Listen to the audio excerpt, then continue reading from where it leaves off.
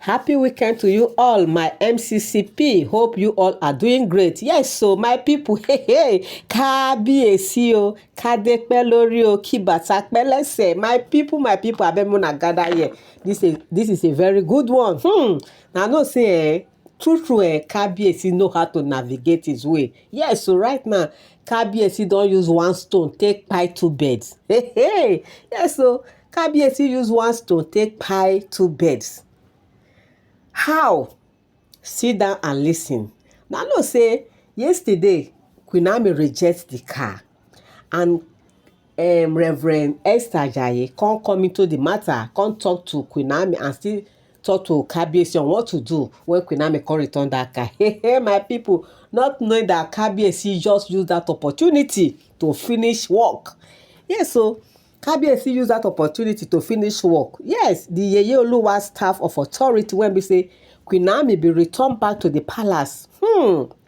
She be still return that Yeye Oluwa staff say no, Kabiyesi, I don't need all these things. I am done and I am done with palace wahala, my people. Not knowing that as they carry the car, they go back to go give Queen Naomi, Kabiyesi still carry the Yeye Oluwa staff of authority still carry am back go give Queen Naomi.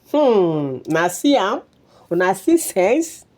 Una see sense? After some people go say Kabiyesi sef, Kabiyesi no know wetin dey do.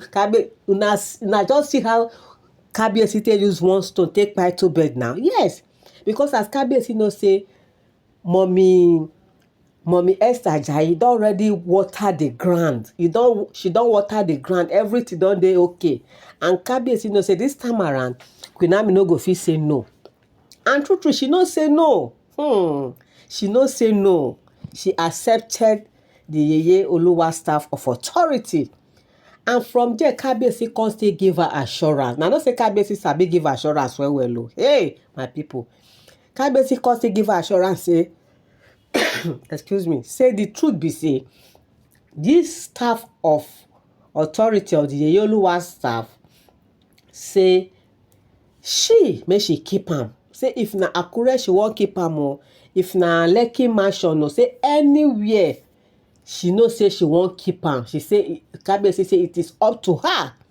Say she fit keep am for anywhere. Say even himself, he no even want make that staff of Yeye Oluwa make e remain in the palace again because of the way Madam Kpai take dey patrol where the Yeye Oluwa staff dey. Na know say last time, that late last year, na so they go kolobi that thing.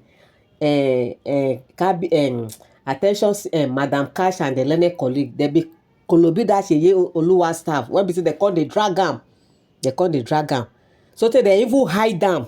Now they come say they go do something, put it, they no bring am back within 7 days before they come return that Yeye Oluwa staff. Now know that kind thing. And that period they even tell Queen Naomi say no, make she no use am again until the great Ifa priest come purify the Yeye Oluwa staff, because they say nobody really know wetin those women don carry put for inside, because they are never to be trusted. Now they feel me. So now, as Kabiyesi come return the Yeye Oluwa staff back now, she still tell Queen Naomi say the truth be say nobody qualify to handle that Yeye Oluwa staff of authority. Kabiyesi say he don look am all these willing willers. Say the only person wey go still fit fit into Queen Naomi's position to use that Yeye Oluwa staff na be Dr. Elizabeth. But even Dr. Elizabeth, she no go gree collect am, as per say she know say it rightfully belongs to Queen Naomi. Say she cannot. And if they even carry that kind of matter go near her, she go say no, she is not here for competition. As per say she come meet Queen Naomi for marriage, say she no go fit drag anything with Queen Naomi, because Queen Naomi, she get her own space. She too, she get her own space. Say God wey make Queen Naomi come inside palace before her, God no do mistake, because she know say everything when God dey do na excellent. So she cannot come and be questioning the handwork of God. Now they feel me, una see am, na see person when they take straight, na see person when oil dey her head. Now Dr. Elizabeth dey talk this one now. Say anything position when be say na for Queen Naomi, say no, she will never drag it.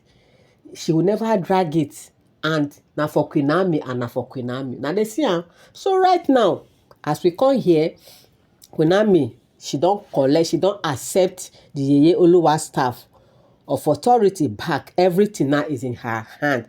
Kudos to Mommy Esther Ajayi, because na she still water ground o. Na she still water ground where all these things come dey go wele like this now. Now they feel me. So right now, Kabiyesi come still tell Queen Naomi, say make Queen Naomi no worry. Say make Queen Naomi no worry. Say him on his own, he know say it is not easy. He say him know say e no easy for the things when Queen Naomi don pass through for his sake. Kabiyesi know say he know wetin and wetin Queen Naomi eye don see. Both the ones when be say at times say she no dey even gree dey speak out. But him as Kabiyesi, he know say Queen Naomi don really try. Say but then make Queen Naomi just endure to the end. Yes, so make Queen Naomi endure to the end, because him, you know say surely there will be light at the end of the tunnel. Now they feel me. So my correct people, now as I see hear this one, I say you talk. Make I see tell and I say yes, so we really appreciate everything that has happened within yesterday and today in the lives of Kabiyesi and our beautiful, lovely Queen Naomi. Now so, at least, now not say this life, evil tongue and the teeth, they fight now, they quarrel. Yes, so tongue and teeth. But at the end, they go still settle. Now be this matter of Kabiyesi and Queen Naomi. The truth be say, there is love. There is love. Anybody when to say Kabiyesi no love Queen Naomi, I totally disagree. There is genuine love between Kabiyesi and Queen Naomi. Just that the manipulations on the ground don't too much. The kaya matters, it don't too much. But we still thank God say the kaya matters as they go reinforce, as they do ogbogbo to go together.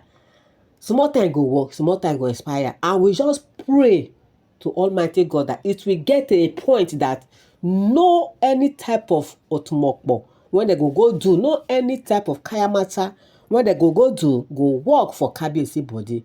We are getting there by the special grace of God, and we'll get there. So my correct people, as I see here the matter, I say no, I am really happy right now. I am really happy because there is a cordial relationship. True.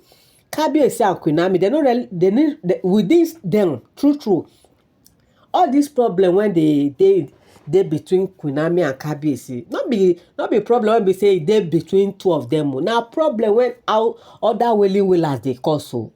Yes, if you now look very well, if you now see anything when we say bring commotion between Kabiyesi and Queen Naomi, make una check very well, make una listen. Either from the wellers or from Kabiyesi sisters, una know that kind of thing. Or from the fake elders when they parade themselves before. If they say within Kabiyesi and Queen Naomi, nothing really, they don't ever really get disagreement when we say now between two of them, now the thing originate from. They always come between people around Kabiyesi when we say that they try to put asunder for this beautiful marriage where God Almighty don't ordain. Now they feel me. So my correct people, now I see here and say no. Make I drop off and I say yes, so Kabiyesi. Kabiyesi is a navigator. Hey, Kabiyesi o. Kade pe lórí o, ki bàtà pe lẹ́sẹ̀. Una see am now. As per say Queen Naomi no gree collect that Yeye Oluwa staff. But as Mama Esther don resolve everything, she know say everything don dey okay. Kabiyesi sef know say there is no way Queen Naomi go reject that Yeye Oluwa staff of authority. So maza na so Kabiyesi use that opportunity go present the Yeye Oluwa staff, give Queen Naomi. And lo and behold, she accepted with smile. Yes, so she accepted it with smile because true, na her Yeye Oluwa of staff. Nobody fit drag that position with her. Nobody, as in nobody. And as we hear allegedly, Madam Kpai sef, she dey para here and there. Say person say she no want something, why Kabiyesi dey even come carry the Yeye Oluwa staff dey pursue Queen Naomi up and down when people dey inside palace, say then they dey capable for inside palace to occupy that position. Say wetin happen?